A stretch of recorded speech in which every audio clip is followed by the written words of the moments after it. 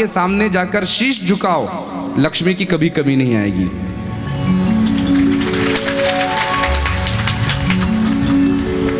ये बात अलग है कि आप ताली भले ही बजा देते हो पर अमल करते नहीं हो। पर क्या करें सर, रहा भी तो नहीं जाता कहे बिना। बोलो राधे राधे, राधे राधे। अमल कर लें तो यूँ समझिए कि मोरबी में जैसे हर व्यक्ति करोड़पति है ना, गुजरात के मोरबी में, ऐसे वरवाड़े भी मोरबी बन जाएगा जहाँ का हर व्यक्ति करोड़पति बन सकता है, ऐसी जीवनी अगर हो जाए तो। खैर, समंतक मणि सत्राजित को प्राप्त हुई। 8 बार सोना नित्य उगलती थी। सत्राजित ने एक दिन वह मणि धारण की और भगवान कृष्ण के दरबार में पहुंच गया। भगवान कृष्ण ने तो कुछ नहीं कहा, पर उनके अनुयायियों ने कहा कि अरे वाह सत्राजित, इतनी प्यारी मणि, अरे ऐसी तो भगवान के गले में होना चाहिए। ऐसा करो, तुम ये मणि भगवान द्वारिकाधीश को दे दो। सत्राजित ने कहा नहीं, उपासना मैंने करी है, क्यों दे दो। चला गया घर। कथा से आप सभी परिचित हो, मैं विस्तार नहीं करूंगा। घर गया और उसके छोटे भाई प्रसेन ने वो मणि धारण की। वो जंगल में गया, उसे किसी शेर ने मार डाला, और शेर आगे गया तो उसे किसी भालू ने मार डाला, मणि छीन ली। 1 महीना हो गया। प्रसेन जब लौट कर नहीं आया तो सत्राजित ने अपनी पत्नी से कहा, देवी समथिंग इज बिजी। मेरा भाई 1 महीने से उस मणि को धारण करके गया, लौट कर आया नहीं, तो कुछ न कुछ तो गड़बड़ है। क्या पता क्यों मेरे मन में वो शक की सुई बार बार कन्हैया की ओर जा रही है। वो द्वारिकाधीश ने तो कहीं मणि चुराने के चक्कर में मेरे भाई को नहीं मार डाला। पत्नी कहती, क्यों जी ऐसी बात क्यों करते हो, वो द्वारिकाधीश है। बोले पक्का नहीं है, पर मुझे ऐसा लग रहा है, ये बात तुम किसी से कहना मत। पत्नी को मना कर दिया। और माताओं को कोई बात कह दो और साथ में ये कह दो कि किसी को बोलना मत। तो जब तक नहीं बोलती तब तक पेट दर्द होता ही रहता है, पेट में गुड़ुल गुड़ुल गुड़ुल गुड़ुल चलता ही रहता है। और दूसरी को बोल देगी ना, तब जाकर शांति मिलेगी। दूसरी, तीसरी को, तीसरी चौथी को, और करने करने जपन जना। आज सत्राजित ने मना किया पर पत्नी नहीं मानी। उसने किसी सहेली से कहा, सहेली ने तीसरी से, चौथी से, 5वीं से कहते कहते बात भगवान कृष्ण के कानों में पहुंची। भगवान ने कहा, ओ हो मणि चोरी का आरोप। गुरुजी के पास गए, गुरुजी ये क्या हो गया, मैंने तो मणि चुराई नहीं। गुरुजी ने कहा, तुमने भादो मास की चौथ का चंद्रमा देख लिया, इसलिए कलंक लगा है, चंद्रायण व्रत करना पड़ेगा और मणि ढूंढ कर लाना पड़ेगी। भगवान गए अपनी नारायणी सेना लेकर के मणि ढूंढने, और जंगल में जब पहुंचे तो वहां एक स्थान पर प्रसेन मरा पड़ा था, मणि नहीं थी। फिर आगे गए, शेर मरा पड़ा था, मणि नहीं थी। फिर आगे गए तो एक भालू की गुफा में रास्ता गया, और वहां जामवंत जी जो कि त्रेता युग में भी थे, सतयुग में भी थे और द्वापर में भी हैं, उनके साथ भगवान का युद्ध हुआ। उनसे मणि लेकर के आए, परंतु साथ में एक कन्या भी उन्होंने अपनी भगवान से उसका विवाह कर दिया, दे दी, क्योंकि वो कन्या मणि के साथ खेल रही थी। तो भगवान उस जामवंत की पुत्री जाम्बवती को लेकर आए, और जाम्बवती को लेकर आए, दूसरी जो मणि लेकर आए थे वो सत्राजित को वापस दी। ये लो तुम्हारी मणि, मैंने नहीं चुराई थी। पूरी कथा सुनाई तो सत्राजित शर्म से पानी पानी हो गया। हाय राम, गलती हो गई, भगवान पर आरोप लगा दिया।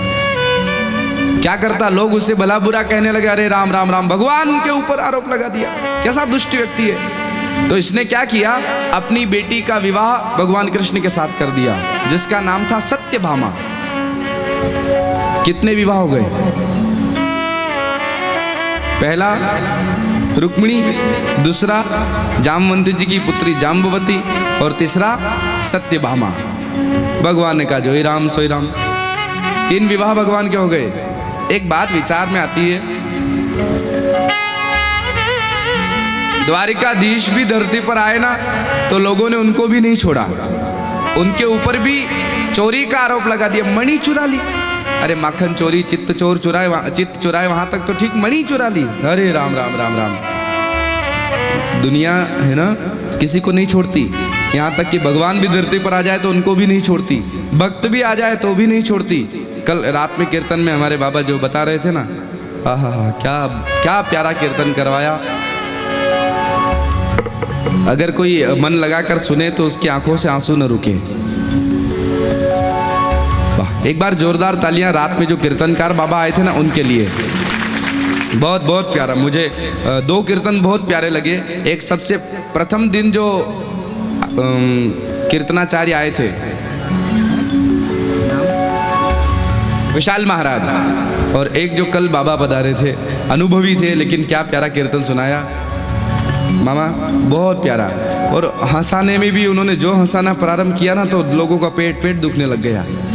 हाँ, बोलो राधे राधे। और वो सच्चाई भी बताई, घरों में होता है ऐसा, लड़ाई हो जाए ना तो नहीं बोलने के चक्कर में बहुत घरों में होता है। खैर, बोलो वृंदावन बिहारी लाल की जय। देखिए, आप उन्नति करोगे ना तो आपकी उन्नति को देख करके चाहे एक भी शत्रु नहीं हो, लेकिन आपकी उन्नति होगी तो आपके एक नहीं 1000 शत्रु पैदा हो जाएंगे। क्यों? क्योंकि लोग कभी भी पत्थर बबूल के पेड़ पर या जिस पर कांटे लगते हो ऐसे पेड़ पर नहीं मारते। पत्थर कहाँ मारे जाते हैं? जहां फल दिखाई देता है, चाहे वो बेर का वृक्ष हो, जाम का वृक्ष हो, आम का वृक्ष हो या अन्य किसी चीज का हो, जहां फल दिखाई देते हैं पत्थर वही मारे जाते हैं। आप पर अगर दुनिया पत्थर मार रही है अर्थात निंदा बुराई कर रही है तो समझ लो आप में उनको कुछ दिख रहा है कि ये उन्नति कर रहा है। दीपक भाई, अगर जलने वाले हैं तो इसका कारण है कि हम उन्नति कर रहे हैं, और कोई जलने वाला नहीं है तो हम जहां हैं वही हैं। बोलो राधे राधे। पुराने समय में गांव में हाथी आता था, पूरा गांव ऐसे हाथ जोड़कर खड़ा होता था, जय हो जय हो जय हो, जय गजानंद जी महाराज, जय हो गणेश जी। एक तरफ पूरे गांव के लोग जहां हाथ जोड़कर खड़े होते थे आबाजी, वहीं पर पूरे गांव के कुत्ते उस हाथी के पीछे पड़े होते थे कि नहीं? अब अगर उन कुत्तों से पूछा जाए कि तुमको हाथी से क्या समस्या, तो वो यही कहेंगे, शायद उन्हें अगर बोलना आता, सुनील भाई, अगर उनको बोलना आता तो वो यही कहते कि हमें हाथी से समस्या नहीं है, ये हाथी के आगे इतने हाथ जोड़कर क्यों खड़े हैं, हमें इनसे समस्या है। अर्थात हमें इस व्यक्ति से समस्या नहीं है, पर इसकी इतनी वाहवाही क्यों हो रही है, इतनी जय जयकार क्यों हो रही है, हमें इसके प्रशंसकों से, इसकी वाहवाही से समस्या हो गई। बोलो राधे राधे राधे राधे। पर एक बात सीखने की ये है कि हाथी कभी भी मुड़कर उन कुत्तों से, उस भौंकने वाले से झगड़ता नहीं। हाथी की चाल में कोई फर्क नहीं पड़ता, वो जैसे चलता है वैसे ही चलता है। उसी प्रकार अगर हम प्रतिष्ठित बनना चाहते हैं तो हमारी निंदा करने वाले 1 हो या 1000 हो, हमें कभी भी मुड़ करके उनसे नहीं लड़ना चाहिए। बस आगे बढ़ते जाओ, आगे बढ़ते जाओ, आगे बढ़ते जाओ। चरई वैती चरई वैती चरई वैती, सदा आगे बढ़ते रहो। भगवान ने एक बार अर्जुन जी के साथ जब हस्तिनापुर की यात्रा की तो दिल्ली के पास यमुना जी के किनारे एक स्त्री बैठी बैठी, एक कन्या बैठी बैठी तप कर रही थी। पूछा कि कौन हो, किसके लिए तप कर रही हो? तो उसने कहा, अहम देवस्य सवितुः दुहिता पतिमिच्छति। मैं सवितुः अर्थात मेरा नाम कालिंदी है, मैं भगवान कृष्ण को प्राप्त करने के लिए तपस्या कर रही हूँ। तो उनके साथ भगवान का चौथा विवाह हुआ, और उज्जैन के राजा विंद अनुविंद की बहन मित्रविंदा के साथ 5वां विवाह हुआ, और अयोध्या के नरेश नग्नजित की बेटी नागनजिती के साथ भगवान का 6वां विवाह हुआ। एक भद्रा नाम की कन्या से भगवान का 7वां विवाह हुआ, और एक मद्रदेश अर्थात मद्रास के राजा बृहत्सेन की कन्या लक्ष्मणा से भगवान का 8वां विवाह हुआ। ये हुए 8 पटरानियों के बारे में वर्णन। एक भौमासुर नाम का दैत्य था जिसने 16,100 कन्याओं को कैद कर लिया। उसका ऐसा विचार था कि मैं इनसे एक साथ विवाह करूंगा, पर जब उन कन्याओं ने प्रार्थना करी कि हे नाथ रक्षा करो, तब भगवान सत्यभामा को साथ लेकर गए और उस भौमासुर का वध किया और उन 16,100 कन्याओं को उसकी कैद से छुड़ाया। तो उन सब ने मिलकर प्रार्थना करी, सरकार राक्षस की कैद में रहकर आई हैं, अब हमसे कौन विवाह करेगा? लोग हमें दूषित मानेंगे, या तो हम में से कुछ आत्महत्या कर लेगी, या कुछ गलत मार्ग पर चली जाएगी, वेश्यावृत्ति करने लग जाएगी। इसलिए हे नाथ, आपके अलावा अब हमारा कोई नहीं है। तब भगवान ने एक ही मुहूर्त में उन 16,100 कन्याओं से विवाह किया। पूरे विवाह भगवान के सब मिलकर कितने हो गए? 16,108। एक एक पत्नी से 10-10 पुत्र उत्पन्न हुए। कितने पुत्र हो गए बोलो भाई? हैं 1,61,080 तो भगवान के बेटे, और एक एक बेटियां भी, तो 16,108 बेटियां, 16,108 पत्नियां, 1,61,080 पुत्र, और धीरे धीरे नाती पोते करते करते तो भगवान की जो वंशावली के बारे में वर्णन आता है, बोले 56 करोड़ यादव थे। बोलो राधे राधे। आज भारत की जो जनसंख्या है ना, उसके लगभग आधे 56 करोड़ यादव उस समय थे, ऐसा वर्णन आता है। हम लोग तो डरते हैं, हम द हमारे द हैं नहीं। एक पक्ष ऐसा है कि हम 5 हमारे 25 हैं, और बोल हम अभी भी अल्पसंख्यक। ये थोड़े ही दिनों में अल्पसंख्यक कब बहुसंख्यक हो जाएंगे और हम ऐसे मुंडिया देखते रह जाएंगे, पता ही नहीं चलेगा। बोलो राधे राधे। बैठिए मतलब।